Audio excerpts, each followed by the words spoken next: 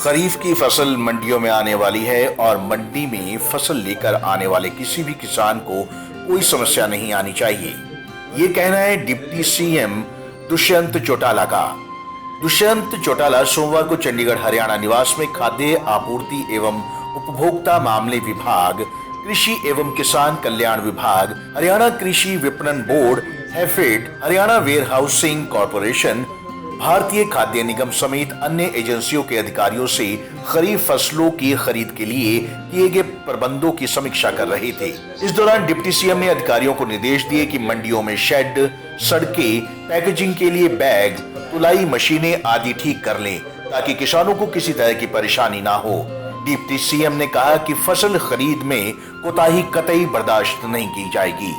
साथ ही deputy CM ने अधिकारियों को निर्देश दिए कि सार्वजनिक खाद्य वितरण प्रणाली के लिए खरीदी जाने वाली धान की खरीद 1 अक्टूबर की बजाय 25 सितंबर से शुरू करने की अनुमति देने के लिए केंद्र सरकार को पत्र लिखा जाए। डिप्टी सीएम ने बताया कि किसानों को धान की फसल बेचने में कोई दिक्कत न आए, इसलिए पिछले साल के मुकाबले इस वर्ष धान खरीद के लिए 200 खरीद केंद्र ज्यादा बनाए जाएंगे। प्रोक्योरमेंट पीडीएस के अंदर जो होनी है वो फूड एफसीआई के द्वारा होनी है, इसलिए हम केंद्र सरकार को ये पत्र लिखेंगे कि हमें परमिट किया जाए कि 1 तारीख की बजाय उसको 6 दिन एडवांस कर 25 तारीख से हमें परमिशन दी जाए कि हम पैडी की प्रोक्योरमेंट करेंगे। प्रदेश के अंदर पिछले साल 198 प्रोक्योरमेंट सेंटर्स अलग अलग मंडियों में निर्धारित किए गए थे। इस बार हमने मिल्स को भी प्रोक्योरमेंट सेंटर्स बनाने का फैसला लिया है और जो प्रोक्योरमेंट होगी उसको लगभग 400 के आसपास प्रोक्योरमेंट सेंटर्स और सब सेंटर्स बनाकर प्रदेश में हम चलाने का काम करेंगे। साथ ही दुष्यंत ने बताया कि हिसार, सिरसा, भिवानी क्षेत्र में बाजरा की पैदावार अच्छी है। किसानों को बाजरे की फसल बेचने के लिए ज्यादा दूर ना जाना पड़े, इसलिए पिछले साल के मुकाबले खरीद केंद्र करीब दोगुनी कर दिए गए हैं। इसी तरह मूंग की खरीद के लिए भी 15 से बढ़ाकर 30 खरीद केंद्र बनाने का फैसला लिया गया है।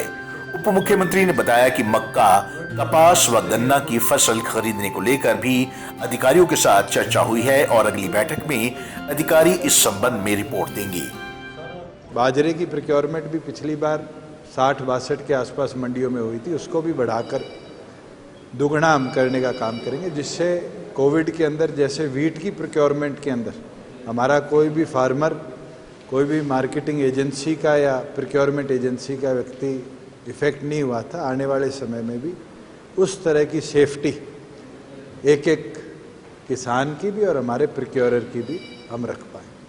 हमारा प्राथमिक उद्देश्य यही है कि अच्छे ढंग से टाइमली एक एक फार्मर की एक एक प्रोड्यूस को हम प्रोक्योर करें। खरीद फसल में किसानों को अपनी फसल बेचने में किसी तरह की परेशानी ना हो, इसके लिए डिप्टी सीएम एक्टिव हो गए हैं।